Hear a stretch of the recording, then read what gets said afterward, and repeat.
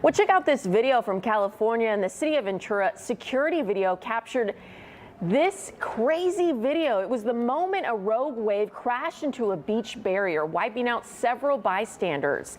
Police said onlookers were washed down the street about 30 to 50 yards, and at least 8 people had to go to the hospital. The National Weather Service warning of life-threatening conditions. Despite those warnings, though, onlookers gathered to watch, and surfers took full advantage of the massive waves there. Anthony, I know you worked there in California for a long time. How common is that to see? Actually, it's not that rare. And so what happens is, especially when you have El Nino years and you get these powerful areas of low pressure that move in and bring in heavy rain along the west coast, what happens is you get a really active wave action. And so it's almost like a storm surge if you want to look at it that way. And you see the guy paddling out there. And so what happens, if you are familiar with a storm surge where we live, that all that water gets piled up and it comes up and it goes inland.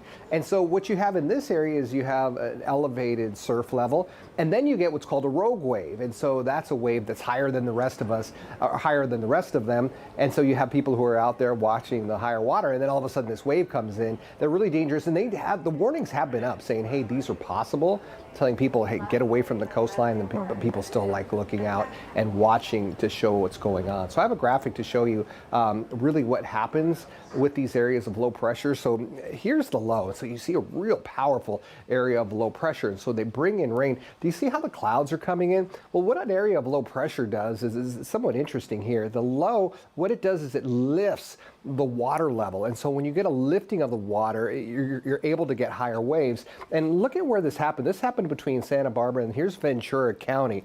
So do you see there's almost a funneling coming up? You have some barrier islands here, you have the coastline here, and so you have the water that comes in and it gets higher. So individually you have these waves, but there can be some that come in that are taller than the rest, anywhere from 10 to even 40 feet high, and then they basically just come in and do exactly what you saw this do. So it's really interesting. You do need the perfect conditions to where you have kind of that rogue wave. There it is. There's one just coming in right there. And then they just are higher than the rest. But otherwise, you have an elevated surf because of the areas of low pressure. Those are common in El Nino years. And of course, you have really strong areas of low pressure that lifts the water. And that's why you're seeing what's occurring right now on the West Coast.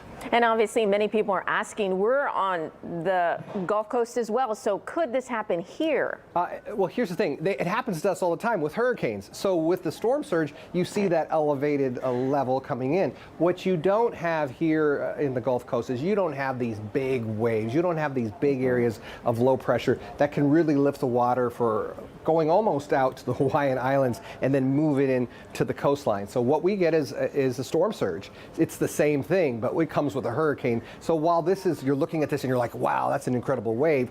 What we're doing is we're tracking hurricanes. So no one's even thinking about that. They're all thinking about, do I need to get out of my house? Do I need to do this? How do I need to evacuate? So it's a different thought process, but it's basically the exact same thing. A hurricane is just an area of low pressure. It's lifting the water. That water's coming inland and it's moving here into the Gulf Coast. So it's basically the same thing minus the rogue waves.